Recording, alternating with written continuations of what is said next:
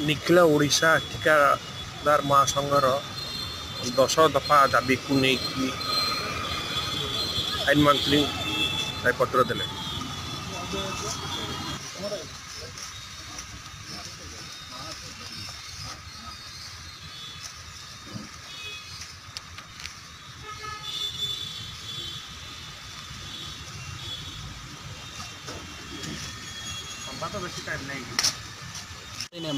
मोर हूँ हंसपाल आमर हरदासपुर नाहरकंटार निवास रोचे।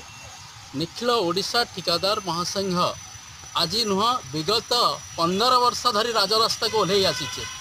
बारंबार आम निर्माण सौध को बंद कर बारंबार आम से जो आमर रही जनता मैदान ताकू बंद कर जेते बंद कले सरकार आम कथा शुणा को नाराज।